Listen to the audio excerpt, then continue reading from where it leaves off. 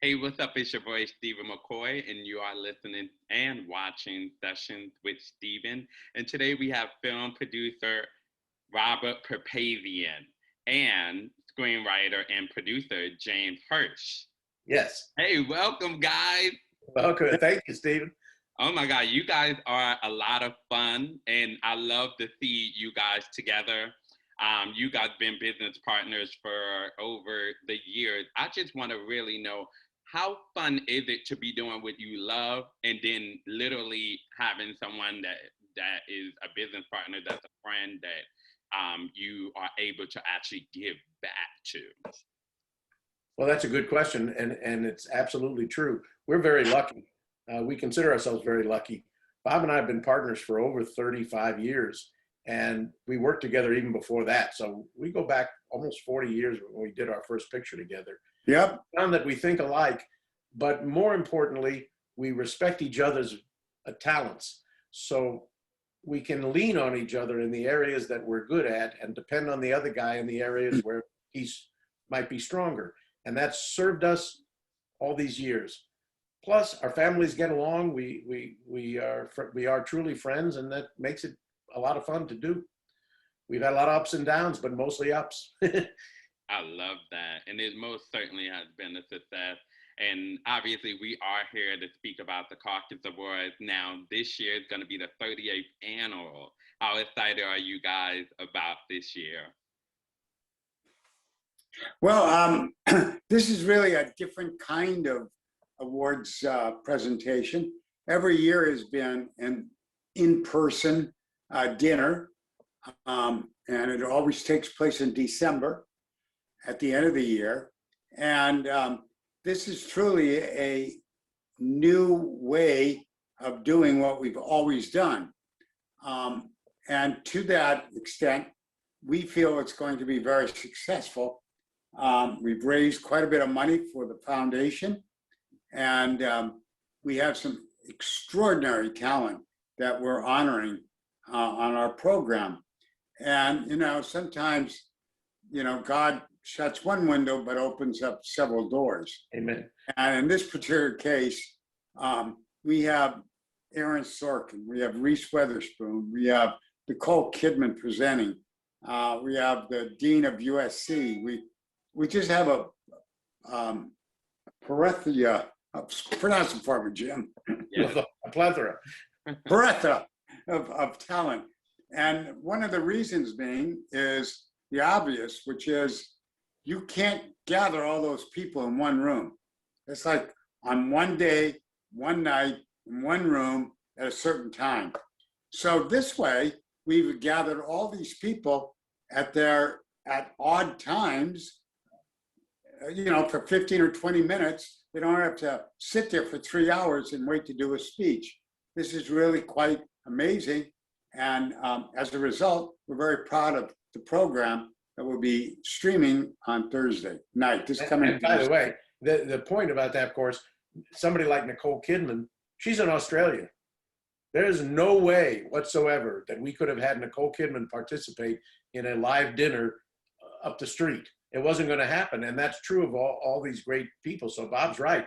This has created an opportunity for us to do something that was forced on us by the circumstances of the pandemic, where we couldn't have a live dinner.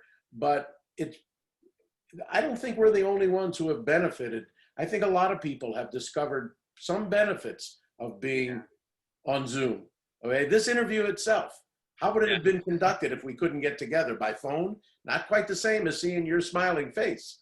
Okay, so there's a lot of pluses, and listen, we've run our business on the theory for all of our lives that when we have something to do, we look for the positives in it. And if there's a problem, we look for a positive way to get it fixed. And this evening has certainly turned out to be that. Certainly has. And then most certainly it has been a little bit easier virtually. You get a lot done.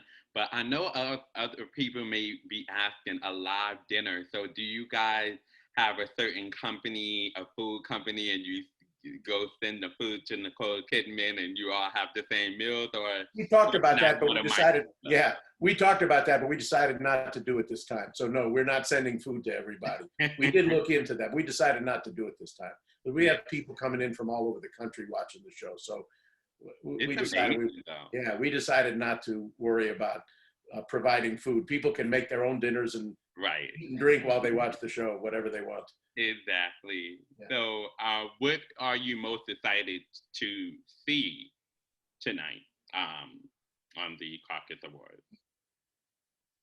What do you mean, see? I don't understand the question. Oh, well, I'm sorry. I'll elaborate on that. Well, I mean, because I know one thing that you guys were looking for years ago, looking forward to, are maybe the Writers Award, giving another writer an award, or another film producer an award. I know one thing James mentioned with him being a television writer, he was very excited to give that award to another television writer. So I just want to know, what is your favorite thing about the Caucus Awards? Like, what is your favorite moment? In general or this year? Oh, for this year, definitely. For this year. I think, in my opinion, and I think Jim shares this, is that we have raised a considerable amount of money in order for our grants and foundations to be bigger, better, and wider. And that is exciting.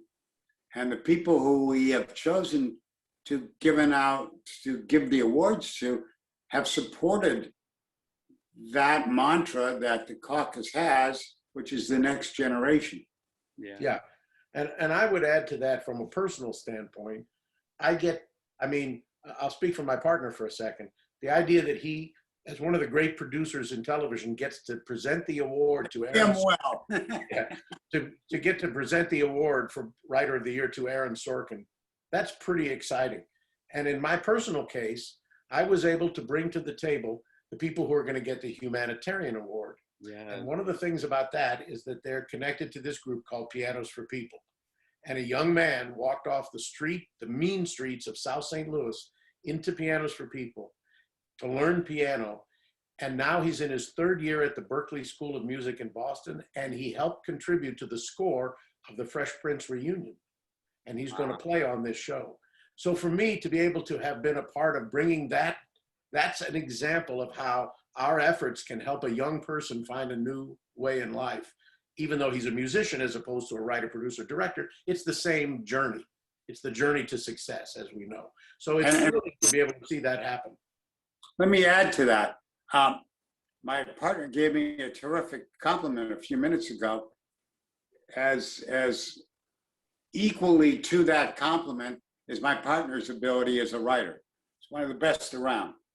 And what he did on this particular show was threw himself in 100%, not only for Pianos for People, but the fundraising activity. And because of Jim and all the people he knows, we did extraordinarily well this year. Well, thank you. That trickles down to what we're trying to do.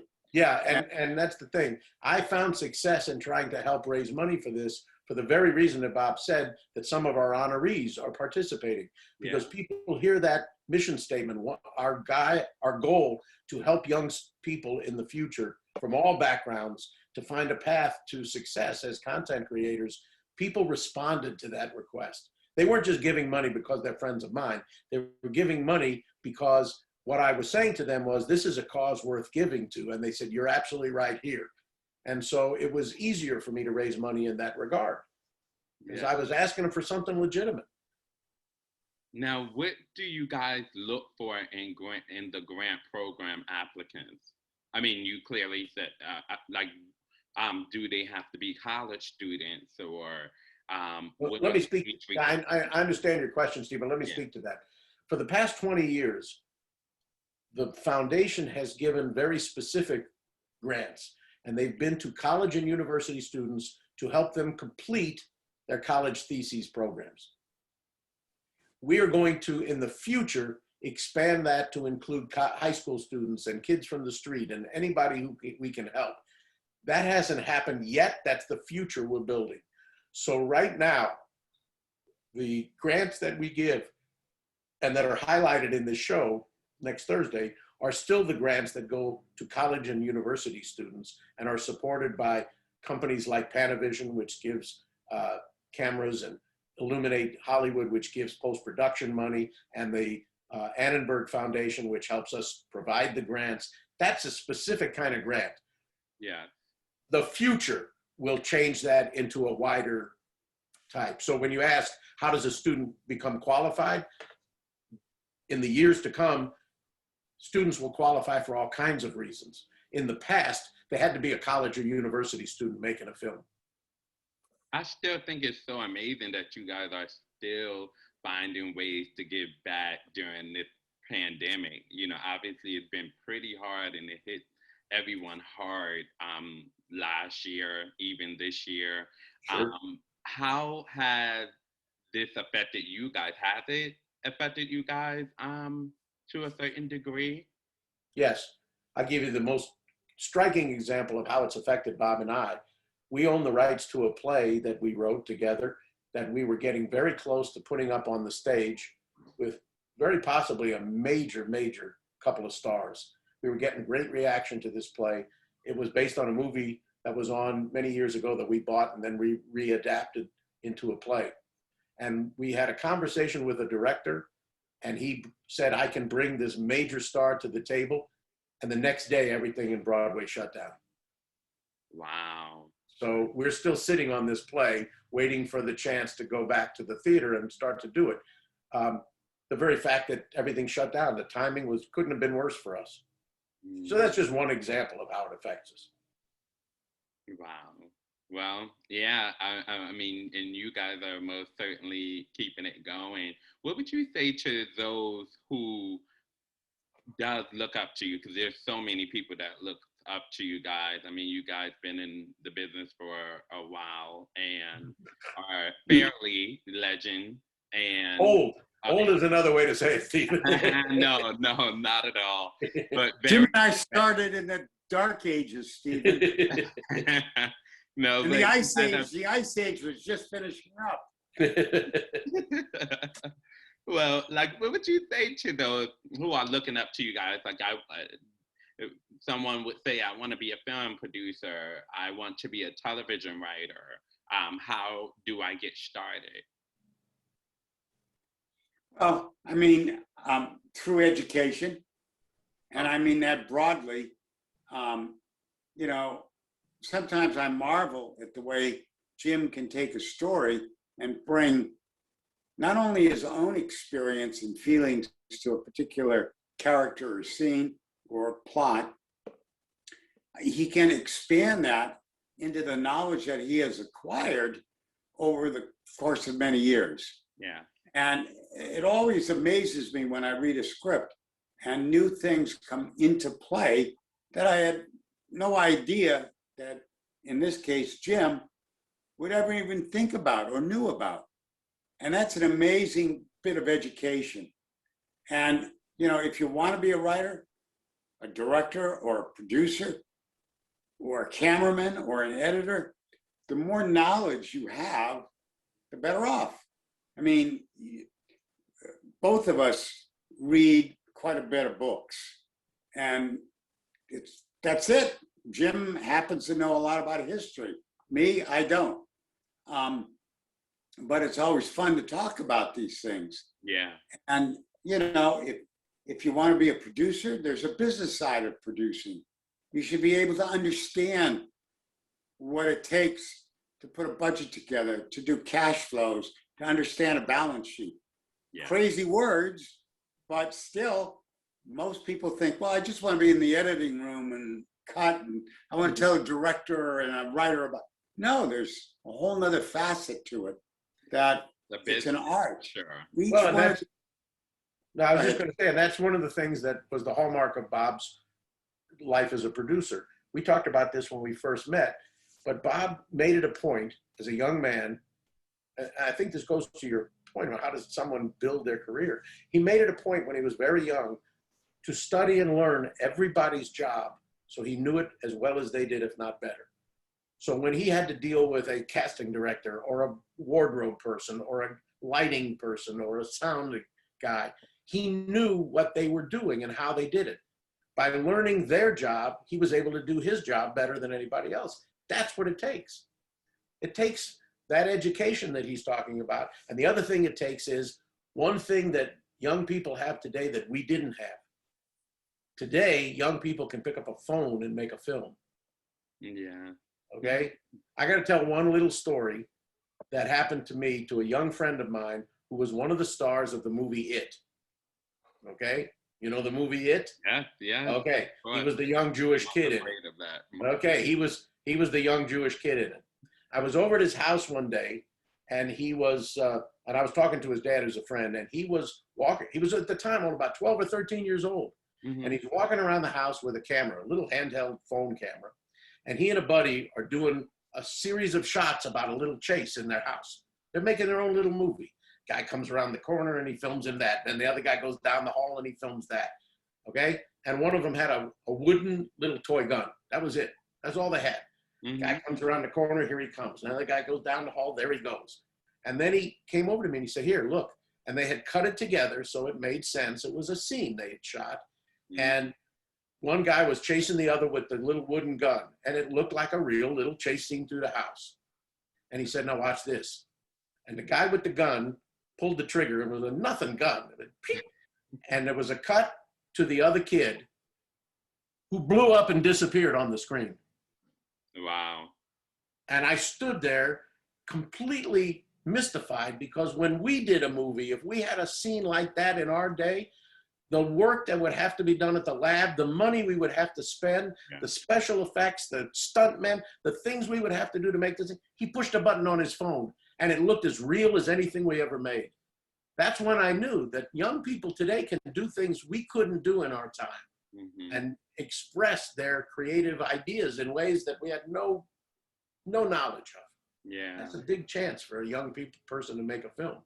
And with that being said, would you suggest that writers shoot their projects first before pitching it? Or would you rather someone write out their scripts and send it that way? That's a good question. My instinct says, if you want to be a writer, write your script. Yeah, absolutely. Write whatever you're going to write. You can always hire some friends to read it out loud so you can hear it. If you make a sizzle reel, if you will, I think that's your question. If you make a sizzle reel of it, that's not a bad way to go either. That is. I agree with Bob. Absolutely. He's absolutely right. That's the way to do it. But the script is the most important thing. What you make out of it is great, but that script has got to work. So no matter what you make out of it, isn't a good script, it's not going to help you get anywhere. It's always amazing. I'm always amazed. I mean, to this day, I'm always amazed. It's one thing to sit there and think of an idea, and like Jim and I kick it back and forth. What are the scenes? What's the plot? What are the characters? Jim goes off and he writes it. Then I read it. And I read it, and I'm imagining and hearing the words, right, in my brain. Okay, that works, that doesn't work. And then all of a sudden, an actor, because they're proficient in what they do of interpretation, and they can take those words, and you go, whoa, where did that come from? A whole nother way of doing it. And that is really an amazing arc, if you will. And as a writer, you can sit there and type, and you can hear it in your head, but then when you hear it aloud, it takes on a new dimension. Absolutely. Absolutely. And by the way, that speaks a little bit to why we like what we've done with the Caucus over the years. Because the Caucus of producers, writers, and directors, by its definition, illustrates what our business is all about: collaboration. Yeah. Nobody can make a film by themselves. I don't think there's ever been a film that one guy made everything. And if he did, it's pretty boring. It'd be pretty boring, right? It's a collaborative business, and everybody's got to work together to make that thing happen. And that's why our organization is not just about writers, and it's not just about producers, it's not just about directors, and now in the future, it's not just going to be about them either. It's going to be about creation. Yeah. About the creative process. So that's what we're all about, and that's what we feel good about. That's amazing. What is the chemistry that works well for you guys? Because I'm sure there's many people that says, okay, how about we go into this business? Let's team up. Let's see if we can work together. Because not all the time that works for It doesn't work all others. the time at all. Especially if you're going into a room and you're bringing a friend with you, it's almost like, wait, what are you doing here? But I think that's great that you guys stuck together and stuck it out, and it worked. So what is that chemistry that works for partners in business? Let me start by saying a business partnership is just like a personal marriage, right? Yeah. Each one brings something different to the table. Mm-hmm. If Jim and I were both writers, and there have been very famous writing teams, even that, each one brings something different. Maybe one is stronger in plot, and the other one is stronger in dialogue, or they bring something different. Yeah. And that chemistry works. Yeah. Like Jim said, I have more of a business creative background. Jim has a writing creative background. So together, we can not only come up with stories, but each one of us can go in our corner and bring back our own experience to the table. So, and in a marriage, sometimes, most of the time, in today's society, there's a divorce that takes place, or a separation. And the chemistry has to be there no matter what you're doing if you're going to form a partnership. I think what goes along with what Bob said, Stephen, is that we've had the good fortune of liking each other and having fun doing what we do together. We hardly ever argue about anything, and when we do, the arguments don't amount to much. But more importantly, we respect each other's opinions. So I know that what he's going to do right, and the same thing is true in the other direction. So we support each other's strengths rather than fight against them. Yeah. And then I would add one other thing, which is from the beginning of this partnership, I had an instinct that Mr. Papazian was going to lead me right to the bank, and I was right. So it was an easy thing to support this partnership because it always went in the right direction. The other thing that's important too,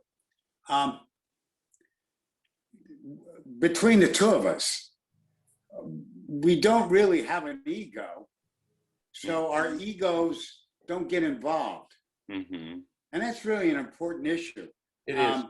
Many people say I have an enormous ego, and Jim is more than nice guy, right?